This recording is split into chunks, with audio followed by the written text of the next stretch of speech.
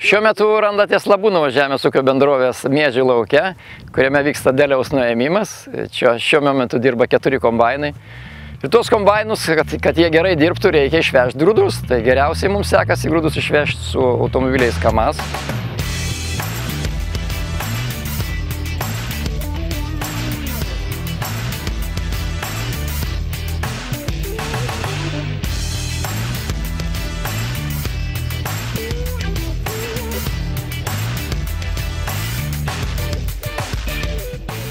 Kodėl mes dabar įsigijome tos automobilius? Na, visų pirma, skaičiuojam labai smarkiai kūrą. Jeigu palygint su traktoriais ir priekabom vežtume, tai maždaug kūro sunaudojama dvigubai mažiau su automobiliu KAMAZ.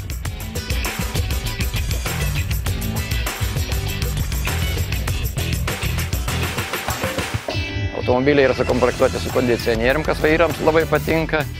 Taip pat amortizuojama ant oro pagalvės sėdynė. Euro varianto irgi labai patogi darbui. Automobilius KAMAZ mes mylime.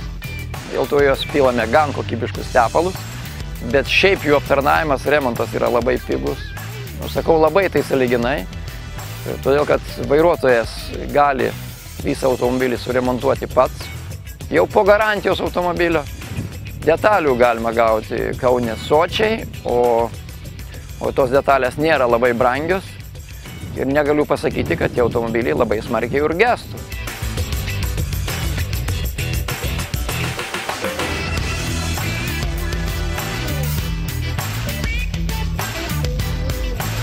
Reiškia telpa, laisvai telpa. Vairuotojui nereikia nei išlipti, nei lyginti. 4 standartiniai, reiškia, John Deere kombaino bunkeriai.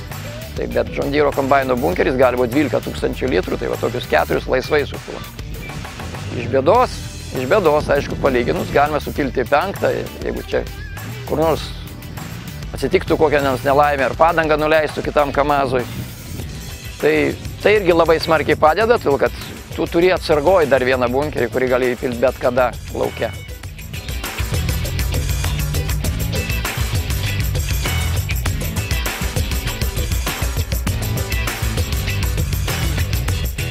KAMAZus mes jau senai perkame iš Autojarus.